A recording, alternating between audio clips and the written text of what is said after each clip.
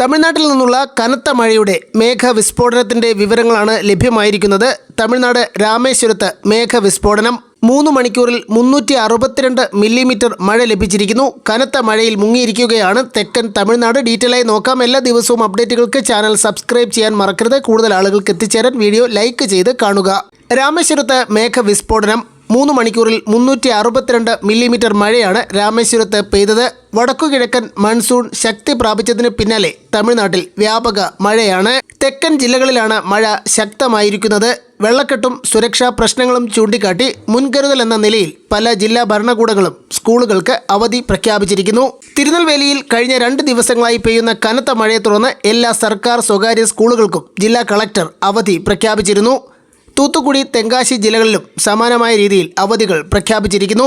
രാമനാഥപുരത്ത് collector സ്കൂളുകൾക്കും കോളേജുകൾക്കും അവധി നീട്ടി നൽകിയിരിക്കുകയാണ്. തിരുവാവൂരിൽ കളക്ടർ പി ചാരുശ്രീ സ്കൂളുകൾക്ക് അവധി പ്രഖ്യാപിച്ചു.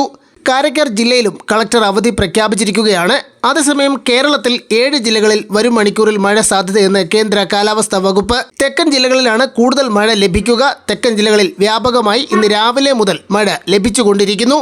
കേരള, ലക്ഷദ്വീപ് തീരങ്ങളിൽ മത്സ്യബന്ധനം പാടില്ലെന്നും കാലാവസ്ഥാ വകുപ്പ് അറിയിച്ചു.